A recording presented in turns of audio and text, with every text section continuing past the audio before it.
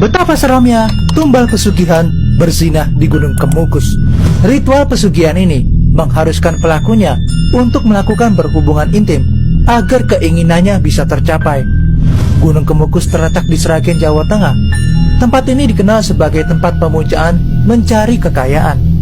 Satu hal yang membuat pemujaan Gunung Kemukus terkenal, yakni ritualnya yang mengharuskan pelaku pemujaannya berzinah dengan yang bukan pasangannya sebagai syarat mendapatkan kekayaan. Bisa dibilang mereka harus berzinah dengan PSK yang disediakan di tempat itu.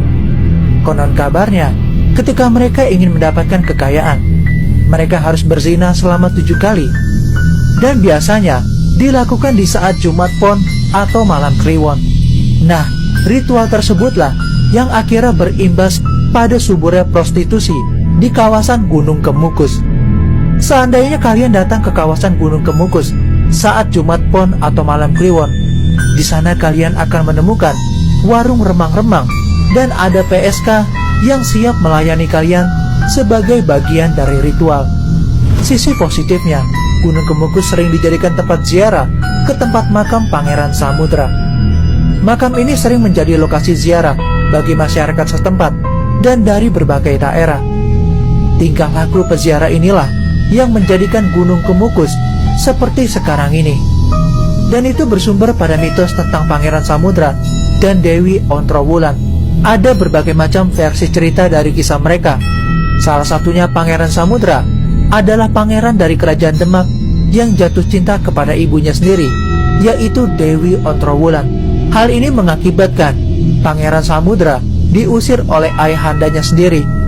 Pangeran Samudra akhirnya mengembara dan meninggal di Gunung Kemukus dalam keadaan merana.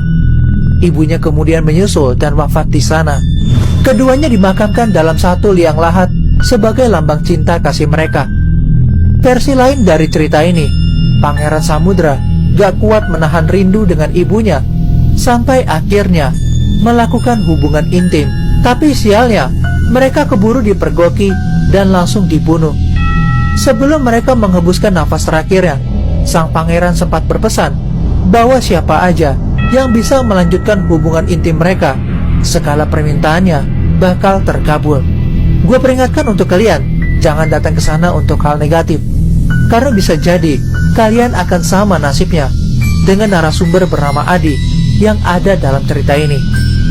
Dia adalah salah satu orang yang pernah menjalani ritual yang ada di Gunung Kemukus. Adi juga merupakan seorang karyawan dengan kedudukan tinggi di Jawa Tengah. Namun sayangnya, hal itu hanya bersifat sementara. Perusahaan dia harus mengalami kerugian yang sangat besar. Separuh dari karyawannya harus dipecat, termasuk Adi.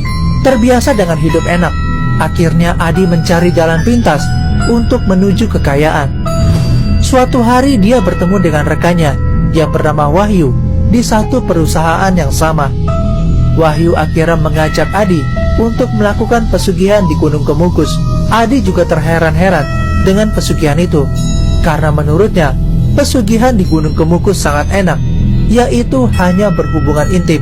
Setelah berbulan-bulan melakukan ritual itu, Adi akhirnya diterima di perusahaan yang dulunya menolak mentah-mentah Adi bekerja di sana. Namun sayangnya, karena kesibukannya yang menyita waktu, akhirnya Adi nggak bisa melakukan ritual itu lagi.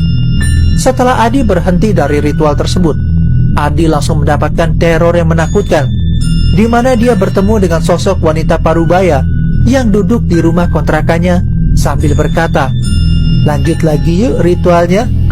Sontak Adi langsung kaget dengan sosok itu. Gak hanya itu aja, bau busuk menyengat mengelilingi satu rumah hingga tercium sampai ke tetangga sebelah. Adi langsung masuk ke dalam selimut sambil meringkuk ketakutan. Dia pun merasa seperti ditindih oleh seseorang. Saat membuka selimutnya, dia melihat wanita berwajah rusak dan meneteskan air liur ke mukanya. Pagi harinya, Adi ditemukan di depan rumahnya oleh tetangganya dalam kondisi telanjang dan tubuh dipenuhi cakaran. Setelah kejadian itu, Adi langsung sakit keras. Saat azan maghrib pun tiba, tubuh Adi seperti ditusuk-tusuk. Setiap jam 10 malam pun, Adi selalu muntah hingga mengeluarkan darah. Dibawa berobat ke rumah sakit pun, Adi ternyata nggak sakit apa-apa. Menurut ketua kampung, Adi ternyata diganggu oleh sosok yang tinggal di Gunung Kemukus. Kekayaannya pun semuanya menghilang begitu aja. Wahyu sendiri pun udah meninggal dunia di dalam kamar mandi tempat dia bekerja. Selama 8 tahun, dia masih sakit gara-gara hal ini, hingga cerita ini ditulis.